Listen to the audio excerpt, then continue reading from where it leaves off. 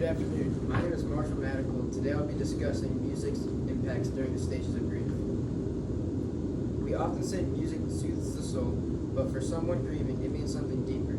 The moment they put the headphones on, it gives them a safe place when it feels like the world is ending. With over 94% of those in grief turning to music for comfort at home or during isolated journeys. Yet question remains about how it actually shapes emotions during the classic stages of grief. Denial, anger, bargaining, depression, acceptance.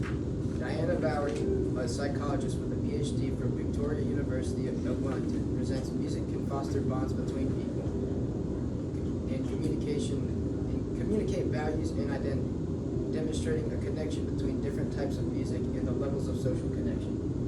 In addition, a 2022 statement says the American Red Heart Association concluded that social isolation and loneliness are common yet under-recognized determinants of cardiovascular health and brain health. This leads me to my research question. How does music influence emotional processing during the stages of grief? To answer this question, a social-cultural standpoint must be taken into consideration. Author Kelly Jr. Morrell, professor of health, community, and technology at the University of Cincinnati, interviewed 28 participants to recognize how they incorporated music into their grief journeys.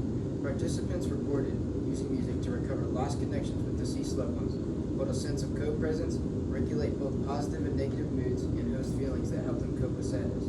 However, sometimes certain songs may intensify grief. While not all music provides relief, some may raise the stress levels rather than reduce it.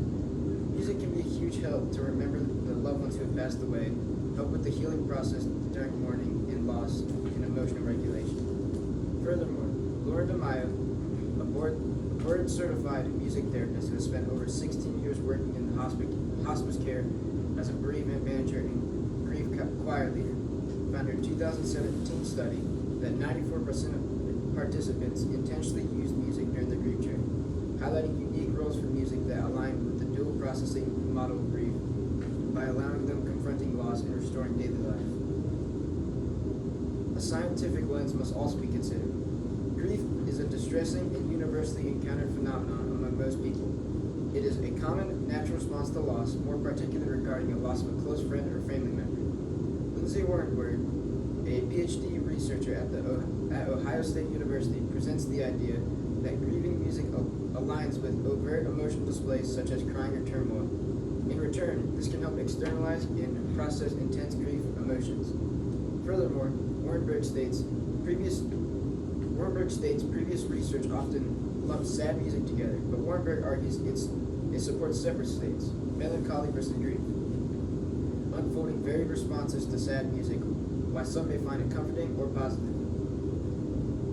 Leah Tarifi, a researcher specializing in music and emotion, finds that 67% of listeners deliberately choose sad music during periods of stress or grief for mood regulation and to work as a consolidator. While David Huron, a leading music psychologist and author of influential theories on music and emotion, explains that music triggers prolactin release, a soothing, tranquilizing hormone that curbs the pain of grief, much like a mother feels when nursing.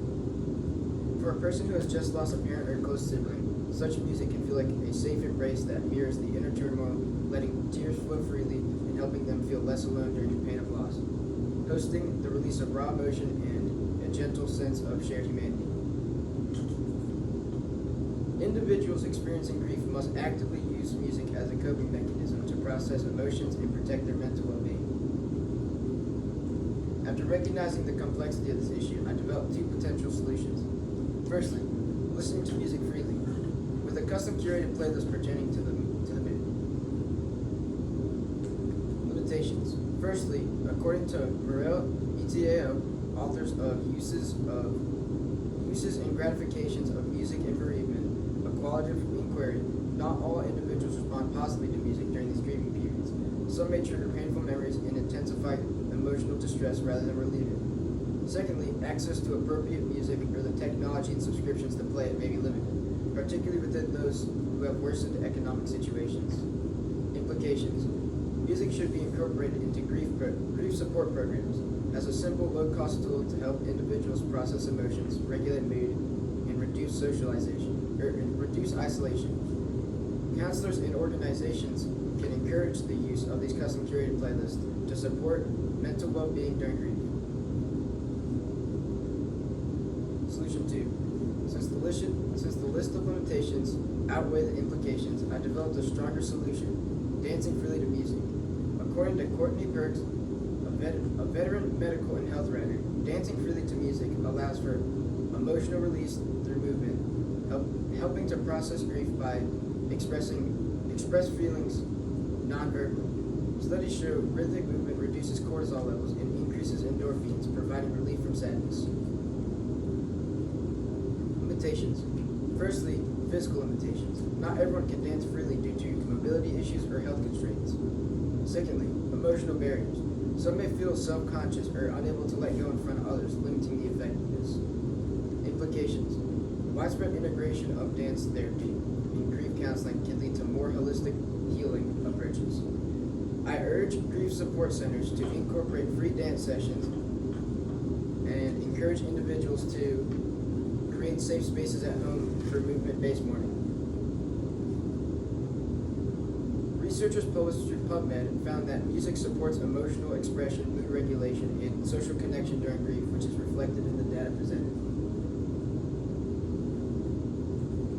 Overall, the problem is causing prolonged emotional suffering to those grieving and without changes made to how we approach grief therapy. Individuals continue to struggle with unsolved pain, leading to long-term mental health issues.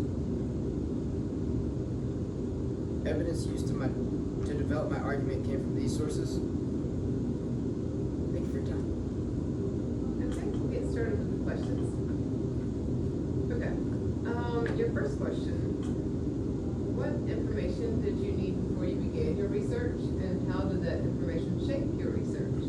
I needed basic information on how music helps with grief before I began my research, so I looked up studies on emotional benefits. Researchers published through PubMed found that music supports emotional expression, mood regulation, and social connection during grief, which is reflected in the data presented in my graph, showing high reported impact percentage. This information shaped my research by confirming that music is an effective, accessible coping tool, so I focused my project on encouraging custom curated playlists more than exploring unrelated methods. The next question: what advice would you have for other researchers who consider this topic? My advice for other researchers who consider this topic is to always include both the benefits and limitations of using music for grief. The graph clearly shows a high positive impact across emotional expressions, mood regulations, and reduced isolation, but not everyone responds positively and access barriers exist. This balanced approach would help future studies create a better, more realistic recommendations for programs in this topic.